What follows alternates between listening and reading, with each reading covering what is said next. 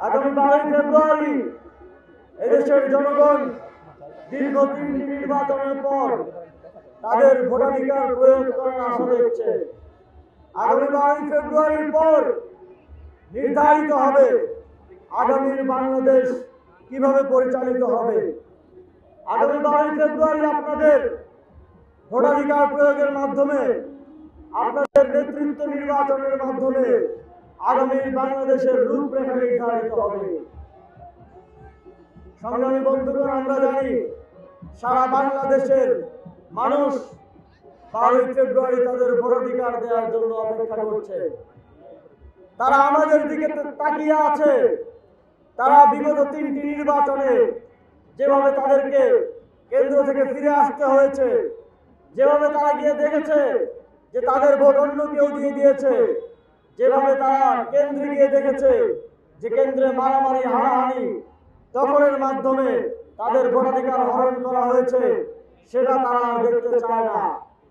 তারা চায় 11 দলীয় জোট এবং 11 দলীয় জোটের সকল নেতাকর্মী সবাই মিলে তাদের ভোটাধিকার রক্ষা করবে। আপনারা কি বাংলাদেশের জনগণের ভোটাধিকার রক্ষা করতে প্রস্তুত? 12 ফেব্রুয়ারি আমাদের দায়িত্ব শুধু নিজের ভোটাধিকার প্রয়োগ করা নয়, আমাদের দায়িত্ব বাংলাদেশের 18 কোটি জনগণ, বাংলাদেশের 12 কোটি ভোটার যেন তাদের ভোটাধিকার প্রয়োগ করতে পারে সেটা নিশ্চিত করা। সংগ্রামী বালিকাবাসী, আপনাদের বিভিন্ন ধরনের সমস্যার কথা আমরা শুনি, বিভিন্ন রাজনৈতিক অঞ্চলগত সমস্যার কথা আমরা জানি। আমরা 11 দলীয় ঐক্যের পক্ষ থেকে আপনাদেরকে প্রমিস করতে চাই, আপনারা যদি আপনাদের ম্যান্ডেট দিয়ে আমাদেরকে কাজ করার সুযোগ করে দেন, সেগুলো আমরা সমাধান করবো ইনশাআল্লাহ। ভালুকায় ভূমি দখল, বন উজাড় করে এই অঞ্চলের যে প্রাকৃতিক ভারসাম্য, সেই ভারসাম্য নষ্ট হচ্ছে।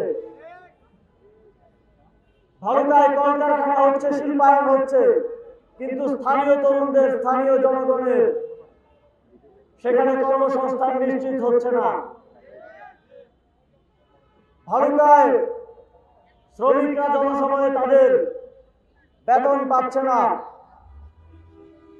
আমরা দেখেছি এখানে পরিবেশ দূষণ, বনভূমি উজাড় এবং চাষের জমি নষ্ট হচ্ছে, কিন্তু তার বিপরীতে ভালুকার জনগণের যে কর্মসংস্থান পাওয়ার কথা সেটা তারা বুঝতে পারছেন না।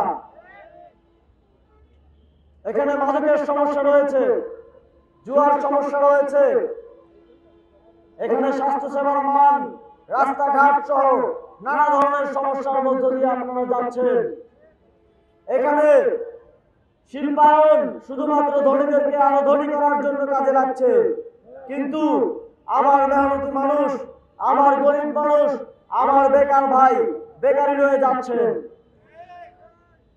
আমরা নির্বাচিত হলে, কাজ করার সুযোগ পেলে সম্পদের সুষম বন্টন নিশ্চিত করব।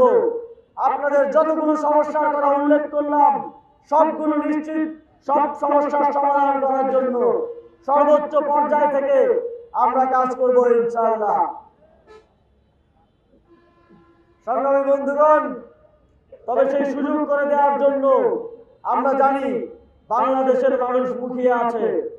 বাংলাদেশের জনগণ 11 দলীয় যে ঐক্য হয়েছে, সেই ঐক্যের যেখানে যেই মার্কা আছে সেই মার্কাকে নিজের মার্কা, যেই প্রার্থী আছে সেই প্রার্থীকে নিজের ভাই মনে করে ভোট দেওয়ার জন্য প্রস্তুত আছে।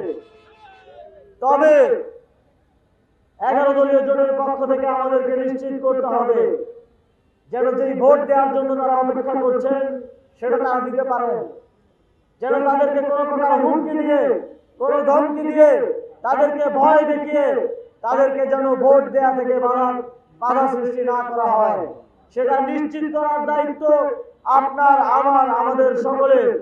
যদি এবার আমরা সেটা নিশ্চিত করতে না পারি, আমরা কিন্তু শেখ হাসিনাকে 2008 সালে ক্ষমতায় আনার মধ্য দিয়ে দেখেছি এদেশের জনগণ 17 বছর সেই শেখ হাসিনার ক্ষমতায় আরোহণের প্রায়শ্চিত্ত করেছে। হাজার হাজার মায়ের বাবার কোল খালি হয়েছে, শত শত লক্ষ লক্ষ মানুষকে তাদের অধিকার থেকে বঞ্চিত করা হয়েছে। আমরা কি এ ধরনের আর অনাচার অত্যাচার চাই? যদি না চান তাহলে এবার শুধু ভোটাধিকার প্রয়োগের মাধ্যমে সেটা নিশ্চিত করতে হবে। এদেশের জনগণ, এদেশের মানুষ রক্ত দিয়েছে, রক্তের কাছে শুধু একটা ভোট দেয়া কোনো কিছুই নয়। আমাদের বিশ্বাস আপনারা ভোট দেবেন, আপনারা ভোটাধিকার নিশ্চিত করার জন্য 12 তারিখ কেন্দ্র পাহারা দিবেন, আপনারা জনগণের ভোটাধিকার নিশ্চিত করার জন্য কাজ করবেন, আপনারা 11 দলীয় জোটের সকল প্রার্থীকে বিজয়ী করার জন্য কাজ করবেন। আপনাদের আসনে জাতীয় নাগরিক পার্টির জাতীয় যুব শক্তির সদস্য সচিব ডাক্তার জাহিদুল ইসলামকে প্রার্থী হিসেবে মনোনীত করা হয়েছে। জাতীয় নাগরিক পার্টি, বাংলাদেশ জামাতে ইসলামী, খেলাফত মজলিস সহ 11টি দল ডাক্তার জাহিদুল ইসলামের উপর তাদের ভরসা আস্থা রেখেছেন। আমাদের বিশ্বাস এই অঞ্চলের মাটি ও মানুষের জনগণ, এই অঞ্চলের 11 দলের প্রত্যেকটি দলের নেতাকর্মীরা তাকে বিজয়ী করে আনার জন্য সর্বোচ্চটা পরিশ্রম করবেন। 11 দলের দলীয় জোটের সারা দেশে অনেক প্রার্থী, অনেক নেতৃবৃন্দ ত্যাগ স্বীকার করে এই জোটকে বাস্তবায়ন করেছেন। তারা দেশের জন্য, জাতির জন্য তাদের ব্যক্তি স্বার্থ বিসর্জন দিয়েছেন। এবার সময় আপনাদের। এবার 11 দলীয় জোট যাদের উপর আস্থা রেখেছে তাদের উপর আপনাদেরও আস্থা রাখার সময়। আমাদের বিশ্বাস আপনারা আস্থা রাখবেন, আপনারা কাজ করবেন।